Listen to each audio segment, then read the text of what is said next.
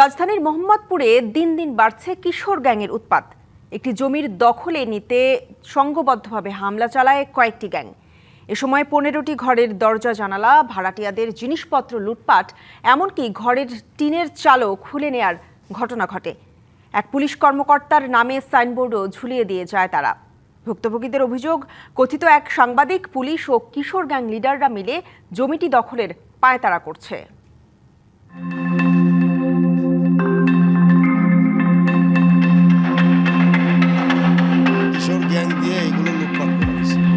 পুলিশের সামনে হাতাতে হয়েছে। কার জমি কে দখল? আমি তো জানলে তো ভাই আপনাকে ক্লিয়ার করে বলতাম। গেল 5 মার্চ দুপুরের ঘটনা। মোহাম্মদপুরের ঢাকা উদ্যানের পাশে 39 নম্বর প্লটে হামলা করে কিশোর গ্যাংয়ের সদস্যরা। বাসায় ঢুকেই শুরু করে ভাঙচুর, মারধর করে ভাড়াটিয়াদের। লুট করে 15টি ঘরের দরজা জানালা সহ ভাড়াটিয়াদের আসবাবপত্র। নাকি বিশাল বড় প্রভাবশালী ব্যক্তি কিশোর গ্যাং দিয়ে এগুলো লুটপাট করা হয়েছে। মহিলাদেরকে টাইনা হাসড়ে বাইর করে ঘর থেকে মালামাল লুটপাট করে এখান থেকে ট্রাক বইরে বইরে মাল নিয়ে গেছে। আমরা এই যে আমাদের বাড়ির মালিকের নাম জানি এনামুল হক, ঠিক যে আর এক এনামুল সাহেব আইসা সে দাবি করতেছে তার নিজের বাড়ি। এখন আমরা কোনটা বিশ্বাস করব? সিসি ক্যামেরাতেও ধরা পড়ে সেই দৃশ্য।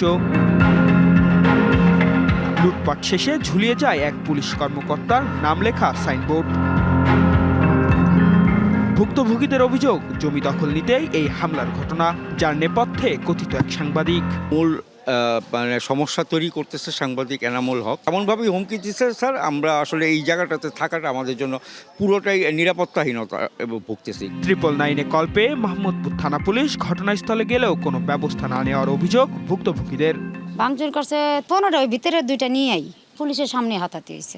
আগামীর অগ্রগতির ভিত্তি আনোয়ার ইস্পাত, স্ট্রংগেস্ট স্টিল সিন্স 1978। ফুটেজে দেখা যায় মোহাম্মদপুরের কয়েকটি কিশোর গ্যাং এই হামলায় জড়িত।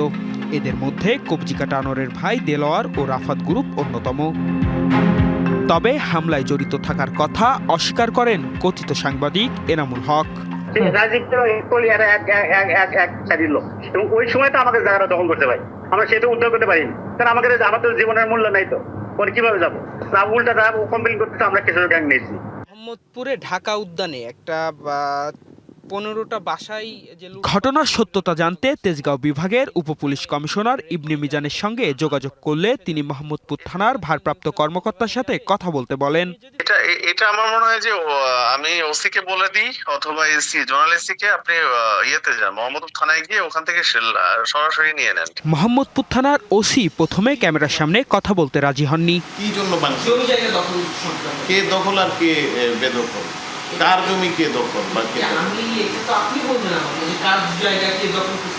আমি তো জানলে তো ভাই আপনাকে ক্লিয়ার করে বলতাম। আমি তো ইন ডিটেল জানি না, বিদায় তো আমি আপনার থেকে জানতে আসছি। আচ্ছা, এবার আমি কি বলবো ভাই? আপনি বলেন। আমি বুঝছি ভাই, আপনি আমার বলে দেন কি বলতাম। আপনার যেটার জন্য সুবিধা যেটা হবে। পরবর্তীতে জানান, চলতি মাসের 5 তারিখে থানায় 2টি অভিযোগ এসেছে। বিষয়টি খতিয়ে দেখছেন তারা। এখানে জায়গা জমি সংক্রান্ত বিষয় তো আসলে দেওয়ানি বিষয়, এটা বিজ্ঞ আদালতের বিষয়। তো এই সংক্রান্ত যদি অভিযোগ, আমরা দুই পক্ষ থেকে কিছুদিন আগে একটা ঘটনা 999-এর সংবাদের প্রেক্ষিতে আমাদের তহন টিম ওখানে গিয়েছেন, রেসপন্স করেছেন। পরবর্তীতে দুই পক্ষ আমাদেরকে অভিযোগ দিয়েছে, আমরা এটা তদন্ত করে আইনানুগ ব্যবস্থা নেব আমাদের পোর্শনটুকু। এই যে ভাঙচুর, লুটপাট, কিশোর গ্যাংয়ের সহযোগিতা নিয়ে এই বিষয়টি কিভাবে দেখছেন? কে বা কারা জড়িত? যেহেতু অভিযোগ আসছে, জানেন কি বিষয়টি? আমরা খতিয়ে দেখতেছি। এছাড়াও সিআইডির যে পুলিশ কর্মকর্তার নামে সাইনবোর্ড ঝোলানো হয়েছে তার বিষয়ে বারবার চেষ্টা করেও কোনো তথ্য জানা যায়নি। Partha Saha, DBC news, Dhaka.